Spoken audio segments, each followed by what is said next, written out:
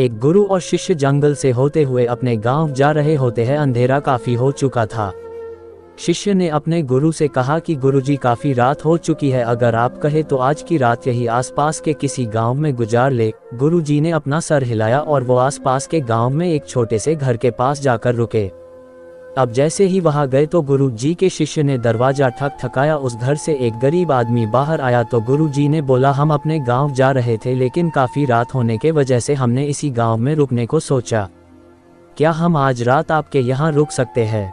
गरीब आदमी बोला, हाँ क्यों नहीं, आप दोनों अंदर आ जाइए। अब जैसे ही गुरुजी अंदर गए उन्होंने देखा कि उस आदमी के घर में बहुत ज्यादा गरीबी थी।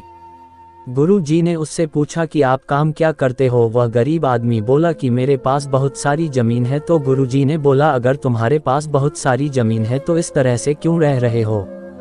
वह आदमी बोला, ये किसी काम की नहीं है। गांव वाले बोलते हैं कि ये बंजर जमीन है, यहाँ पर कुछ भी नहीं उगाया जा सकता है और वहाँ फसल उगाना बहुत बड़ी बेवकूफ़ी है।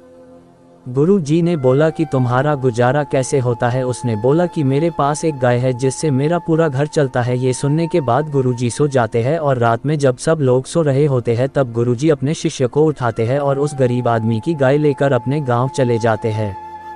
शिष्य अपने गुरु से पूछता है कि गुरुजी, कहीं आप ये गलत तो नहीं कर रहे हैं? उस गरीब आदमी की रोजी रोटी इसी गाय की वजह से चलती है। तो गुरुजी अपने शिष्य की तरफ देखते हैं और मुस्कुराते हुए आगे बढ़ जाते हैं।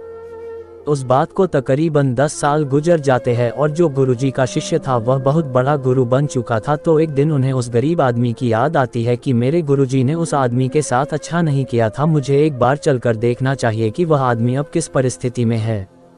वह शिष्य उस गांव की तरफ जाता है और वहां जैसे ही पहुंचता है तो वह देखता है कि जहां पर उस गरीब आदमी का झोपड़ा था वहां पर एक बड़ा ही आलीशान महल बन चुका था और उस झोपड़ी के बाहर जो बंजर जमीन थी उस पर फल और फूलों के बगीचे थे।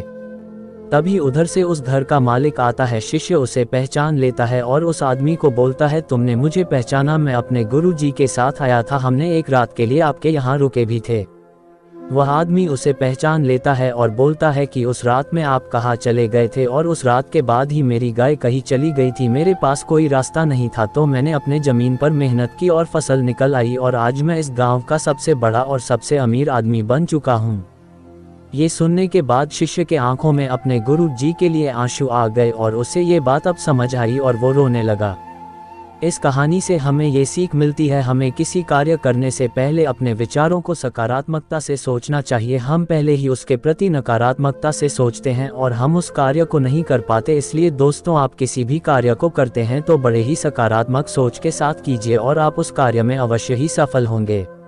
दोस्तों, आप सभी को हमारी यह कहानी अच्छी लगी तो लाइक शेयर कीजिए एवं नई नई मोटिवेशनल कहानी सुनने के लिए हमारे चैनल को सब्सक्राइब और घंटी की बटन को ऑन कर लीजिए।